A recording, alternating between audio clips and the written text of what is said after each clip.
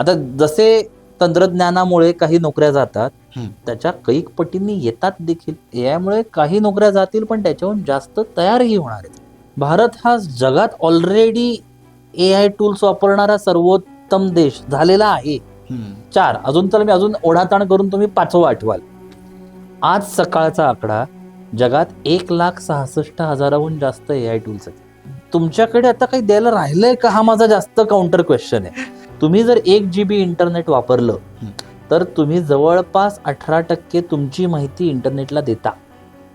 ह्यांच्यासाठी पेड काहीच काय. हार्डवेअर मी किती महागाचं घेत, की तुम्ही जागरूक आहात का तुमच्या डेटाबद्दल. मुळात तुमचा डेटा, तुमची गोपनीय माहिती ही तुमचीच मालमत्ता आहे हेच तुम्हाला वाटत नाही. माझा पर्सनल डेटा देतोय, हा सगळाच डेटा वापरून तर हे प्रगल्भ झालंय ना, किंवा होतंय. सगळ्यात महत्त्वाचा प्रश्न आहे माझ्या अंदाजाने, आणि प्रचंड प्रमाणात भयानक आणि भयावह याचे परिणाम, रादर दुष्परिणामच आहेत. एआयच्या बटव्यात तुम्हाला एआय कसं वापरायचं, कुठे वापरायचं, कशासाठी वापरायचं, हे त्याच्यातलं गूढ तुमच्या समोर उघड होईल. नमस्कार, मी अक्षय जहागीरदार आणि आपण पाहतात सकलममध्ये आजच्या पॉडकास्टमध्ये आपण एका खास तंत्रज्ञानाविषयी चर्चा करणार आहोत. खरं तर विज्ञान आणि तंत्रज्ञानाच्या जीवावरती मानवानं प्रगती केली आणि प्रगती केल्यानंतर विकासही तितक्याच झपाट्यानं झाला. पण आता ज्या मानवी बुद्धीनं जे तंत्रज्ञान आणि विज्ञान आता तयार केलेलं आहे, त्याच्यावरती एक नवी बुद्धिमत्ता तयार झालेली आहे. ती म्हणजे कृत्रिम बुद्धिमत्ता, अर्थात एआय, आर्टिफिशियल इंटेलिजन्स. आणि याच एआयच्या संदर्भात जगभर चर्चा चालू झालेली आहे. अलीकडच्या काळामध्ये डॉक्टर संदीप वासलेकर यांचा एक लेख आलेला होता आणि या लेखामध्ये एक नमूद केलेलं होतं की अमेरिकेमध्ये याच्यावरती चर्चा झाली, ज्याच्यामध्ये राष्ट्राध्यक्ष आणि जगभरातले काही प्रमुख सहभागी होते. अमेरिकेची अर्थव्यवस्था सुद्धा कशा पद्धतीने झपाट्याने विकसित होते आणि एआयला किती महत्त्व आहे, या सर्व अनुषंगानं एआय हे मानवी जीवनामध्ये किती महत्त्वाचं आहे, एआयचा मानवी जीवनातला हस्तक्षेप किती आहे, पर्यावरणातला हस्तक्षेप किती आहे, एआयचे परिणाम काय होणार आहे, एआयमुळं नेमका विकास होणार आहे की अधोगती होणार आहे, आणि मानवी जीवनामध्ये त्याचा वापर करत असताना नेमक्या काय मर्यादा असायला हव्यात, या सर्व गोष्टींचा उहापोह आजच्या आपण चर्चेमध्ये करणार आहोत. आपल्याकडे जगप्रसिद्ध एआय तज्ज्ञ डॉक्टर अमेय पांगारकर आपल्या सोबत आहेत आजच्या मुलाखतीमध्ये. डॉक्टर अमेयजी, आपलं सकलम या चॅनलमध्ये सहर्ष स्वागत आहे. नमस्कार. खरं तर आपला एकंदरीत एवढा मोठा प्रवास आहे, जगभर आपली एआयच्या संदर्भातली ओळख आहे, एआय तंत्रज्ञान आणि ह्या सगळ्या गोष्टींवरती जगभर चर्चा होते. त्याच्यात अनेक प्रश्नसुद्धा निर्माण झालेले आहेत. आणि तो पहिलाच प्रश्न असा आहे की एआयमुळे रोजगार निर्मिती होते का बेरोजगारी वाढते? एआयमुळे यातलं दोन्हीपैकी काहीच होत नाही. एआयच्या भीतीपोटी गोष्टी घडू शकतात. म्हणजे तंत्रज्ञानामुळे नोकरी जाईल का नाही हा मुद्दा नाहीये, तंत्रज्ञान न आल्यामुळे जाईल हा मुद्दा आपण क्लिअर करू. म्हणजे उदाहरणच घेतलं तर एआय एखाद्या शिक्षकाला रिप्लेस नाही करणार, पण एखादा शिक्षक ज्याला एआय येतं तो एआय न येणाऱ्या शिक्षकाला रिप्लेस करेल. हा फरक लक्षात घेऊयात. आणि मग जर असं असेल तर मग मीच तो पहिला का नाही जो हे शिकतोय, अगदी हा भाग लक्षात घेऊयात. पण आपल्याकडे बऱ्याच जणांचं कसं म्हणणं आहे की अरे मला चंद्रावर जायचंच नाही तर मी रॉकेटचा अभ्यास का करू. बरोबर. तर हे जे म्हणणं आहे याला छेद देणारच एआय कसं आहे, कारण हे सगळ्यांसाठीच आहे. म्हणजे तुमच्या आयुष्यात आज इंटरनेटला जे महत्व तुम्ही देता, तुम्ही त्याला बाहेर नाही काढू शकत ना. आता अन्न वस्त्र निवारानंतर इंटरनेट ही तुमची गरज बनली आहे, त्याच्यावरच आज आपण सगळेजण जगतोय. तसंच तितकंच महत्वाचं आता एआय झालंय. त्यामुळे मी हे करतो आणि मग मला माझ्या आयुष्यात एआयचा काहीच उपयोग नाही किंवा एआय पासून मी प्रोटेक्टेड आहे, हे म्हणणं म्हणजे मांजरीने डोळे बंद करून दूध पिल्यासारखं, की तिला असं वाटतं की आपल्याला कोणी बघत नाही. तो प्रकार आहे हा. वास्तविक आयुष्यात प्रत्येक माणसाला याच्याशिवाय गत्यंतर नाही, हे तुम्ही जितक्या लवकर मान्य कराल तितक्या लवकर याच्याशी तुम्हाला जुळवून घेता येईल. अगदी बरोबर. आता मग वेगवेगळ्या क्षेत्रातल्या लोकांसाठी वेगवेगळ्या गोष्टी याच्यासाठी आहेत. आता जसे तंत्रज्ञानामुळे काही नोकऱ्या जातात, त्याच्या कैक पटींनी येतात देखील. आपण साधं उदाहरण घेत, 96 ते 99 काळ आपल्याकडे कॉम्प्युटरायझेशन, इंटरनेट चालू होतं, तेव्हा बँकांमध्ये ही रड होती की अरे संगणक आल्यामुळे नोकऱ्या जातील. तर आत्ताच याच वर्षी 2025 मध्येच आलेला एक रिपोर्ट असं सांगतो की 99 साली भारतीय बँकांमध्ये जेवढे कर्मचारी होते त्याच्या 3.5 पट आता जास्त आहेत. अगदी. म्हणजे 3.5 पट जास्त वाढलेत, कमी नाही झालेले. सो आज मागे वळून बघताना त्या क्षेत्रातली रोजगार क्षमता वाढलीच, पण हे जे 3.5 पट लोक नवीन आले त्यांना संगणक आणि इंटरनेट तर यावं लागलं ना. बरोबर. तसंच एआय मुळे काही नोकऱ्या जातील पण त्याच्याहून जास्त तयारही होणार आहेत. अगदी. पण ज्या तयार होणार आहेत त्यांच्यासाठी प्रत्येकाला एआय वापरता आलं पाहिजे. आता मी शब्द वापरतोय वापरता आलं पाहिजे. अगदी. बनवता किंवा कोड किंवा प्रोग्राम हे म्हणतच नाहीये. बरोबर. म्हणजे जसं तुम्हाला व्हॉट्सअप कसं कोणी बसून शिकवलं का, गुगल पे, युट्यूब असं कधी कोणी बसून शिकवलं नाही, पण तरी तुम्हाला येतं ना, कारण तुम्ही त्याचा फायदा घेतला. बरोबर. तुम्ही ते बनवलं कसं ह्याच्यात पडला नाहीत. तसंच एआय चा वापर करते व्हा, आणि ते जर तुम्ही झालात तरी एआयचा वापर करता यायला लागला तर तुमच्यासाठी हा सगळा मार्ग अजून सुखकर होईल. तुम्ही जसं म्हणाला की वापर करते व्हा, आज आपण जगभर विचार जर केला आणि आपल्या देशाचा विचार केला तर एआय तंत्रज्ञान जगात किती पटीनं वाढलेलं आहे आणि भारतामध्ये जगाच्या तुलनेत त्याचं प्रमाण काय आहे? भारत हा जगात ऑलरेडी एआय टूल्स वापरणारा सर्वोत्तम देश झालेला आहे. आता तुमच्या प्रश्नातच एक थोडीशी निगेटिव्ह झालर कशी आहे, अरे अजून काही मुभा आहे का मला लांब राहण्यापासून, अजून हे आत यायचं राहिलंय का, ही जी झालर मला दिसतेय ना त्याच्याबद्दल थोडंसं मी कटाक्ष दाखवू इच्छितो की हे ऑलरेडी तुमच्या घरात आलंय. हो. हे तुमच्या मोबाईलमध्ये आलेलं आहे, तुम्ही हे वापरताय. साधं एक उदाहरण घेऊयात. काही वर्षांपूर्वी समजा तुम्ही जर बाहेर असाल रस्त्यावर कुठेतरी आणि तुम्हाला मोबाईल वापरायचा, सगळ्यात पहिल्यांदा त्याचा ब्राईटनेस वाढवायला लागायचा. आता लागतो? मग कोण करतं? तिथेही एआय आहे तंत्रज्ञान, तिथेही त्याचा थोडासा प्रमाणात वेगवेगळे एआयची रूपं वेगवेगळी आहेत, पण त्याच्यातही तिथे इंटेलिजन्स आहे. मग हे जरी इंटेलिजन्स जे आहे, जे मशीन विचार करू शकतं, ती पण टेक्नॉलॉजीच आहे ना, जी मी ऑलरेडी वापरतो. अगदी. मग मी ह्याच्यापासून लांब का फिरायचं, मी ह्याच्यापासून लांब करायचं. ओके. आता दुसरा आधीचा पहिला जो प्रश्न होता की हे कुठवर गेलंय.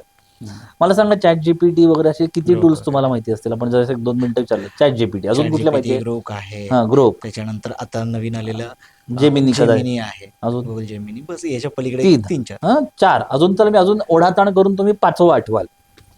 आज सकाळचा आकडा जगात 1,66,000हून जास्त एआय टूल्स आहेत. 1-2 नाही, 1,66,000. ह्या 1,66,000पैकी तुमच्यासारखी व्यक्ती जी प्रिव्हिलेज क्लासमधली, प्रिव्हिलेज याचा अर्थ इकॉनॉमिक्स मधले मी जात नाही, प्रिव्हिलेज याचा अर्थ माझ्या अंदाजाने ज्या व्यक्तीला 24 तास इंटरनेट आहे, हो, त्या अनुषंगाने जी व्यक्ती प्रिव्हिलेज्ड आहे, अशा एका सुशिक्षित प्रिव्हिलेज व्यक्तीला हाताच्या बोटावर मोजण्या इतकी पण एआय टूल्स माहीत नाहीत, आणि वास्तविक तासाला 4 ते 5 एआय टूल्स रिलीज होत आहेत. मग तुम्हालाच कळेल की हा डेल्टा डिफरन्स नाही, हा ओशन ऑफ डिफरन्स आहे. आता हा ओशन ऑफ डिफरन्स झाला याचा कारण आपल्याकडे आपण त्याची जागरूकताच केली नाही. आपण त्याच्यापासून फक्त लांब राहिलो, आपण त्याच्यापासून पळत राहिलो की हा ते येऊ देत, ते तिकडे येईल, आपल्या इथे येणार नाही.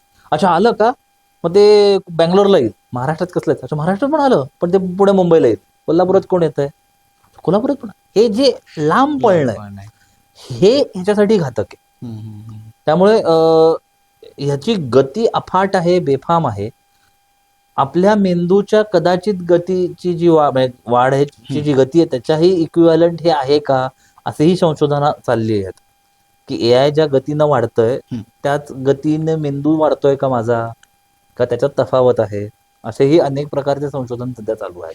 याच्यामध्ये मानवाची म्हणजे मनुष्यांची व्यक्तिगत जी गोपनीयता आहे याच्या बाबतीत एक प्रश्न उपस्थित केला जातो की एआयला काही झालं तरी व्यक्तिगत डेटा द्यावा लागतो, आणि त्याच्या बाबतीत एआयला जर प्रशिक्षण द्यायचं असेल असं आपण म्हणत असतो की बाबा जसं एआयचं प्रशिक्षण येणाऱ्या पिढीला द्यायचं आहे, तसंच एआयसाठी वापरण्यासाठी ट्रेन करावं लागेल, त्याच्यासाठी काही डेटा द्यावा लागत असेल. गोपनीयतेच्या संदर्भात आणि एआयचा वापर याच्या संदर्भात प्रश्न उपस्थित आता गंमत कशी आहे ना की आता असा काय डेटा आहे जो मी द्यायचा राहिलोय? प्रत्येक टूल्सला तो नाही टूल्स सोडा, मी इंटरनेटच म्हणतोय. तुम्ही तुमच्याकडे आता काही द्यायला राहिलंय का, हा माझा जास्त काउंटर क्वेश्चन आहे. कारण एक डिजिटल मार्केटिंग मधला एक साधा संकेत सांगतो तुम्हाला. थंबरूल आहे. काही ठिकाणी त्याचे आकडे थोडेसे पुढे मागे होतात, पण थंबरूल म्हणून आपण त्याच्याकडे बघूयात. तुम्ही जर 1 GB इंटरनेट वापरलं तर तुम्ही जवळपास 18% तुमची माहिती इंटरनेटला देता. म्हणजे 1 GB मी इंटरनेट वापरलं म्हणजे 1024 MB मी वापरलं तर 180 MB माझी माहिती गेली. आता ती माहिती कुठली जाते तुम्हाला माहितच नाहीये. तुम्ही कंट्रोल काय करणार? आणि आजवर तुम्ही असे किती GB वापरलेत, त्यातले किती निष्कारण वापरलेत. मग असे असंख्य टूल्स आहेत की जे तुम्हाला सांगतात की गुगलवरनी तुमची काय माहिती स्टोअर केली आहे, फेसबुकनी काय केली आहे, हे काय अजून 10,000 टूल्सनी काय तुमची माहिती सेव्ह केली आहे, हे तुम्हाला सांगणारी देखील प्लॅटफॉर्म्स आहेत.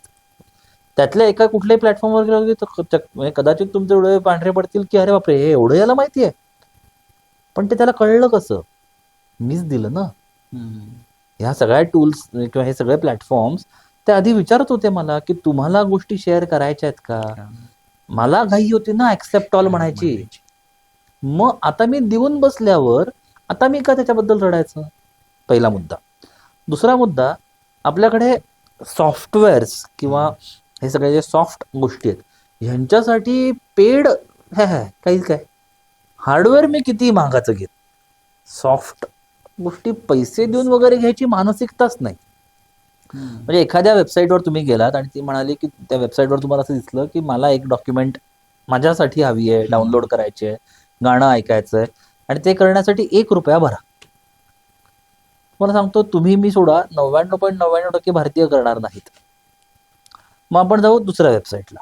तिथे अशीच माहिती मला डाउनलोड करायची असेल, बघायची असेल तर ती वेबसाईट म्हणते तुम्हाला ₹1 नाही भरायचा, नका भरू, तुम्हाला तुमचं नाव, फोन नंबर, ईमेल ID द्या. तुम्हाला सांगतो तुम्ही तुमचं सोडा अजून 10 जणांचे पण द्याल. म्हणजे तुमच्या लेखी तुमचं नाव, फोन नंबर, ईमेल ID याची किंमत ₹1 पण नाही आहे. मग तुम्ही कुठल्या तोंडाने आता डेटा प्रायव्हसी, गोपनीयता याच्याबद्दल गप्पा मारायच्या? आपणच तसे आहोत हे पहिल्यांदा मान्य करा. बरं, आता वास्तविक त्याच्या गोपनीयतेतलाच एक मुद्दा जो आता 14 नोव्हेंबरला आपल्याकडे भारतात खूप प्रमाणात सुटला. 14 नोव्हेंबर 2025ला भारतात DPDPA लागू झाला.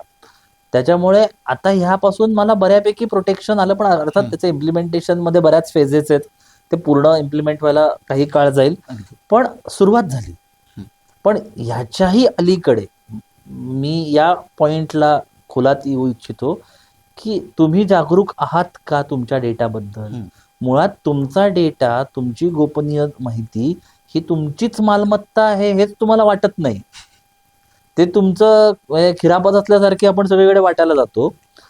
मग माझ्याच लेखी जर त्याला व्हॅल्यू नसेल तर मग अनेक गुन्हेगार किंवा अनेक कल्प्रिट्स बसलेच आहेत तो घ्यायला. सायबर क्राईम त्याच्यातूनच देतायत तुम्ही. सुरुवात तुमच्या इथनं होती हे लक्षात घ्या. तुम्ही काहीही जर यातलं केलं नाही तर कुठलाच सायबर फ्रॉड घडत नाही, घडूच शकत नाही. तुम्हाला 4 गोष्टी कराव्याच लागतात. मग तुम्ही डोळस असाल तर हे होणार नाही. खरं तर AIच्या संदर्भात अजून एक गोष्ट होते जी म्हणजे डीप फेक व्हिडिओ असतो. अनेक कलाकारांपासून अगदी ते आता प्राण्यांपर्यंत पोहोचलं. म्हणजे बिबट्या कुठून कुठे गेला हे पण शोधावं लागतं. एका वाघाने तर एका माणसाला घेऊन गेलं, सोडलं वगैरे असे अनेक व्हिडिओ येतात. मध्यंतरी डॉल्फिनच्या संदर्भातला एक व्हिडिओ आला होता. एका मुलीने त्या डॉल्फिनला सांभाळलं, मग तिनं वगैरे हत्या केली वगैरे अशा प्रकारचं आहे.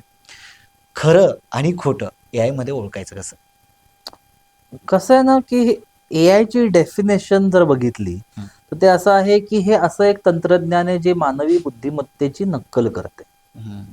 ओके, सो मानवी बुद्धिमत्तेचीच कॉपी करणारं हे आहे. मग मानवी बुद्धिमत्तेचा जर गैरवापर होत असेल तर काही ठिकाणी काही अंशी हे पण गैरवापर केलं तर चुकीचं काय? परत येतो कुठे मी त्याच मुळाशी, चुका किंवा पापी किंवा दोषी ही मानवी बुद्धिमत्ताच आहे. मग या ठिकाणी दुसरं ह्याचं उदाहरण देतो तुम्हाला. ही सगळे मगाशी जी काही आपण नावं म्हणलो किंवा डीपफेक सारख्या असंख्य ठिकाणी जे काही करावं लागतं त्याच्यासाठी पण मला AI टूल्स वापरावी लागतात. तर 2 मिनिटं तुमचं इंग्लिश भाषेतलं मी थोडंसं ज्ञान इकडे आकर्षित करतो की शब्द बघा किती विचारपूर्वक वापरलाय. टूल्स शब्द वापरलाय, सॉफ्टवेअर किंवा फ्रेमवर्क असं काही नाही वापरलं. तर टूल म्हणजे काय? सामान्य भाषेत हातोडा हे टूल आहे. हॅमर, हातोडा.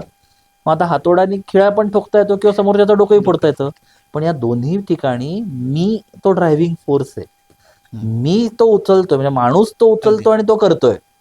त्याच परिप्रेक्षातनं जर आपण बघितलं तर ही AI टूल्स आहेत. कधी कशासाठी वापरायची ह्याच्या मागे मानवी बुद्धिमत्ता, मानवी माइंड आहे. आता ती जर कलुषित असेल तर त्याचा वापर वाईट गोष्टींसाठी होतोय. अगदी तुम्ही पण लहानपणी शाळेत असताना निबंध लिहिलाच असेल ना, की विज्ञान शाप की वरदान, किंवा नंतर जाऊन इंटरनेट शाप की वरदान, मग सोशल मीडिया शाप की वरदान, आता AI शाप की वरदान. विषय बदलतो पण आतला निबंध तोच आहे ना. वापरलं तर चांगलं, नाही तर वाईट. हाच याचा सगळ्याचा गाभा आहे. आता ओळखायचं कसं, इथे आलं तर खरं उत्तर असं आहे की डोळस नजरेला हे ओळखता येत नाही. म्हणजे काही टूल्स आहेत पण ती परत त्याच्यावरती कसं करायचं ह्याच्यासाठी परत गुन्हेगार हुशार आहेत.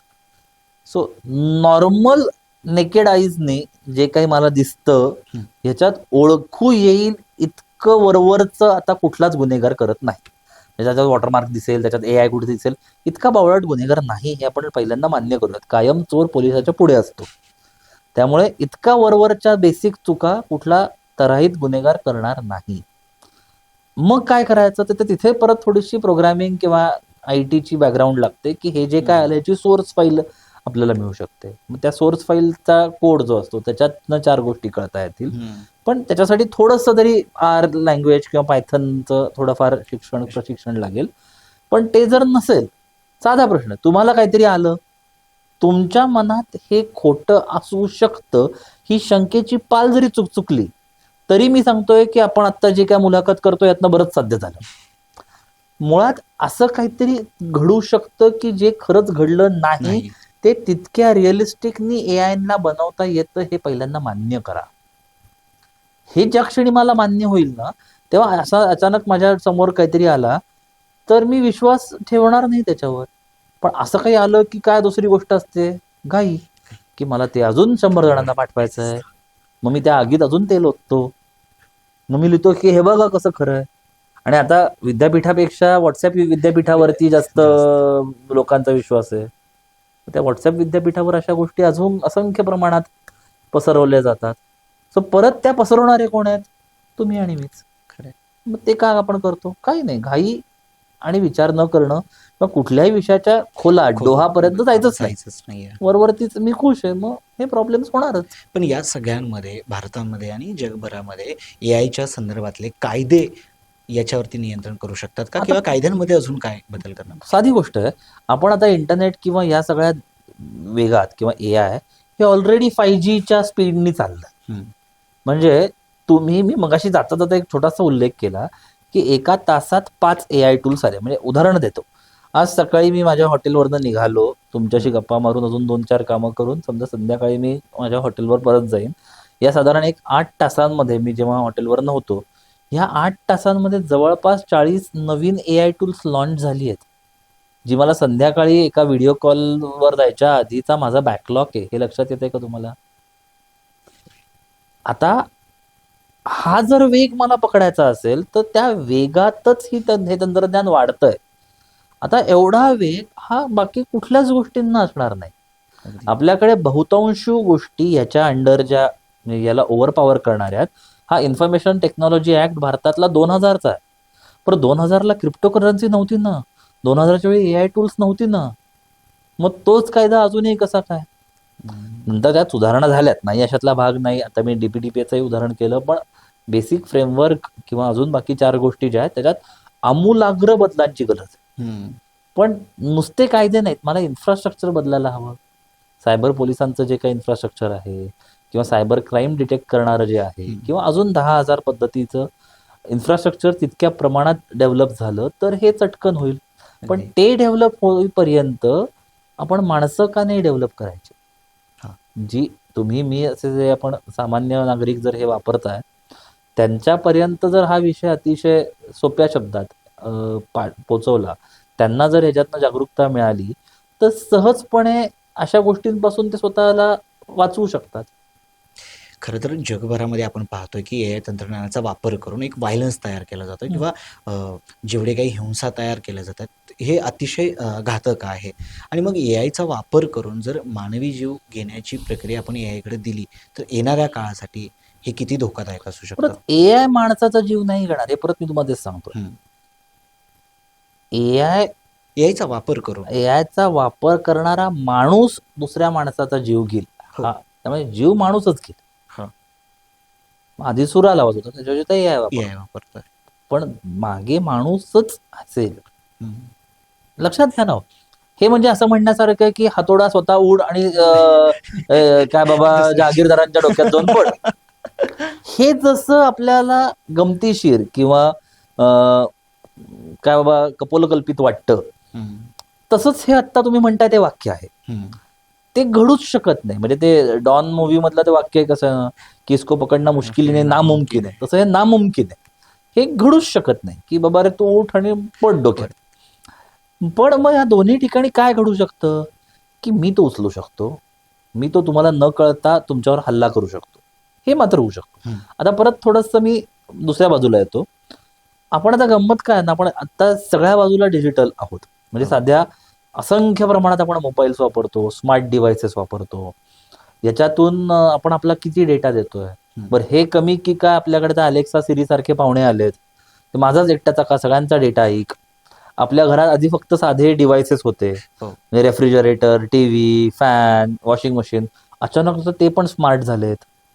आता स्मार्ट फॅन आहे ना, आता स्मार्ट टीव्ही आला, स्मार्ट रेफ्रिजरेटर आला, मग आपल्या वॉशिंग मशीन मध्ये याचा इंटेलिजन्स आलाय.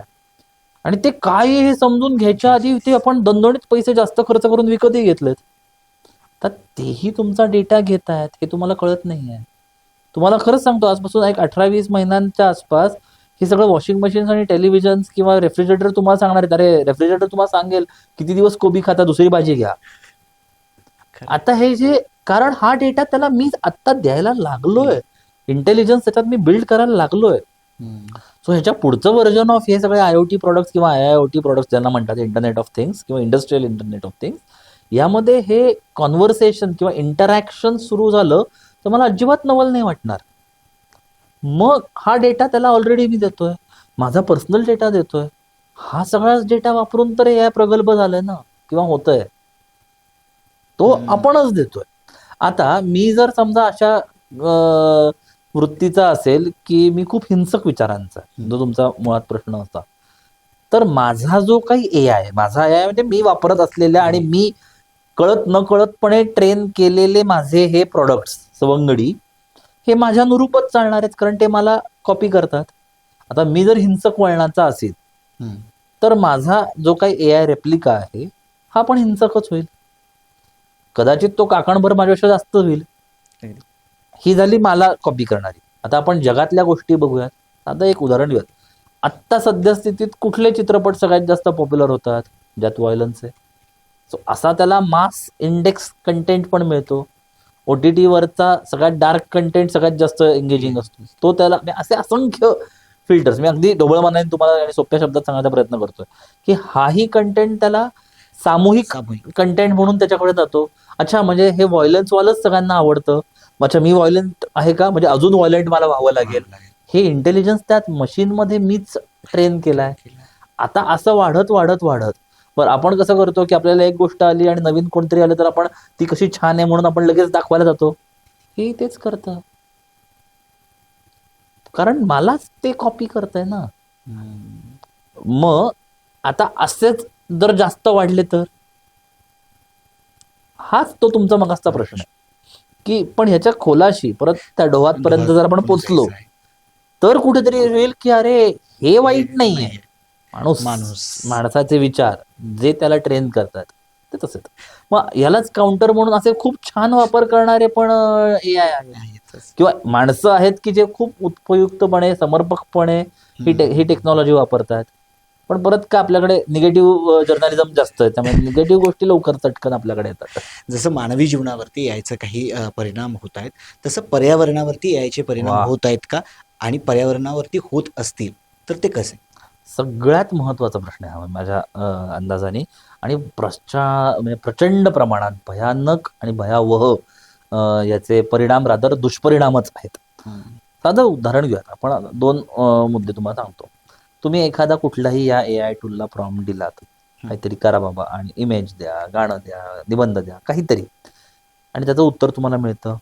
आता ही जी एक ऍक्शन झाली, म्हणजे तुम्ही प्रॉम्प्ट देणं आणि उत्तर मिळणं, ही जी एक ऍक्शन आहे, ही एक ऍक्शन अकाउंट्स फॉर जवळपास 1.5 ते 2 कप चहाची एनर्जी. म्हणजे 2 कप चहा बनवायला जी काय एनर्जी लागते ती गेली मी एक प्रॉम्प्ट देऊन उत्तर घेण्यामध्ये. बरं, मी परत तुम्हाला शाळेतल्या विज्ञानाच्या धड्यात आणतो, की ज्यात तुम्ही शिकलात की एनर्जी बनवता येत नाही, ती फक्त एका फॉर्ममधून दुसऱ्या फॉर्ममध्ये जाते.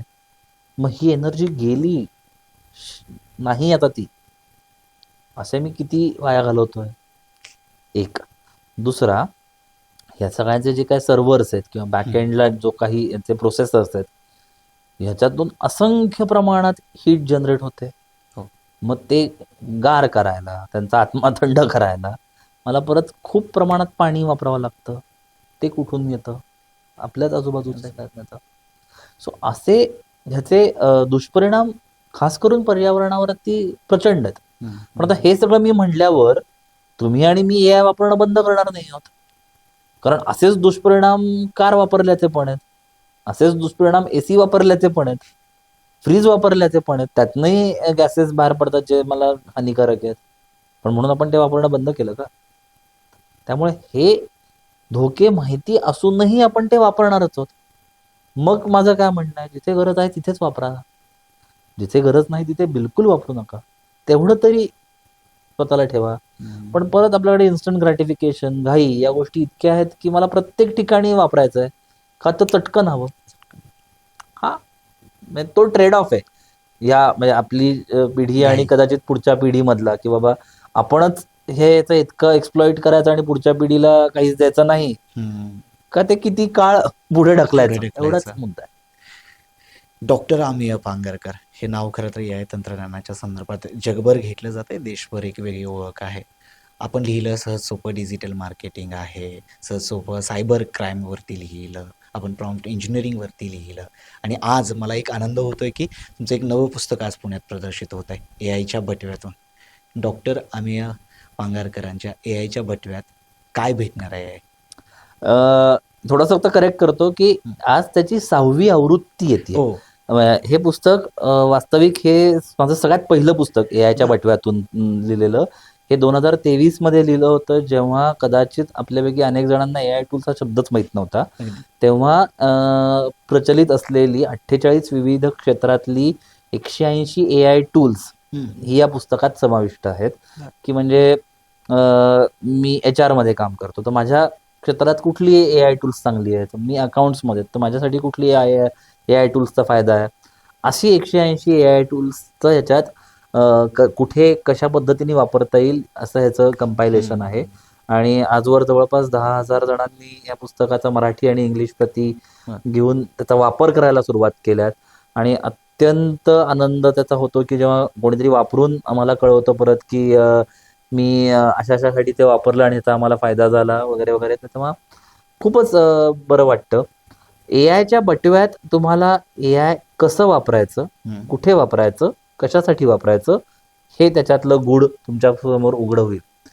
याच नावानी मी आता सध्या एक नाटक करतो की ज्याच्यात मी आणि माया ही माझी रोबॉट, आम्ही दोघं जण स्टेजवरती धुमाकूळ घालत एआय जनजागृती करतो.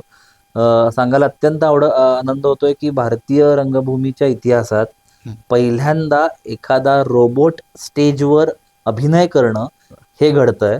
आणि तो मराठी बोलणारा रोबोट आहे. तो चालतो, बोलतो, माझ्याशी भांडतो, रुसतो, आणि असा ते नाट्यविष्कार आहे. त्यातनं प्रयत्न एवढाच आहे की एज्युटेनमेंट म्हणजे एज्युकेशन आणि एंटरटेनमेंटचा मिलाफ होत एआय जनजागृती व्हावी, हाच त्याचा मेन हेतू आहे.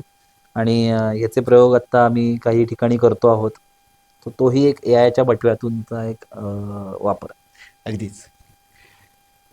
खरं तर आपल्या लहानपणी आपण ऐकलेलं होतं की आजीबाईचा बटवा, आजीबाईच्या बटव्यापासून डॉक्टर अमेय पांगारकरांचा एआयचा बटवा. ह्या संपूर्ण मुलाखतीमध्ये हा बटव्यातला प्रवास नव्हता, तर तो तुमच्या आमच्या भोवतालचा प्रवास होता. विज्ञान आणि तंत्रज्ञान खरं आपल्या हाती आल्यानंतर एक उदाहरण द्यावंसं वाटतं की या सगळ्यांमध्ये जर आपल्या हाती चाकू आहे आणि त्या चाकूनं आपण एखाद्याचा खून करायचा आहे की आपण खाण्यासाठी फळं कापायचे आहेत, ह्या ज्याच्या त्याच्या वापरावरती, ज्याच्या त्याच्या बुद्धिमत्तेवरचा प्रश्न आहे. आपण एआयला दोष देतो का? तर देत आहे.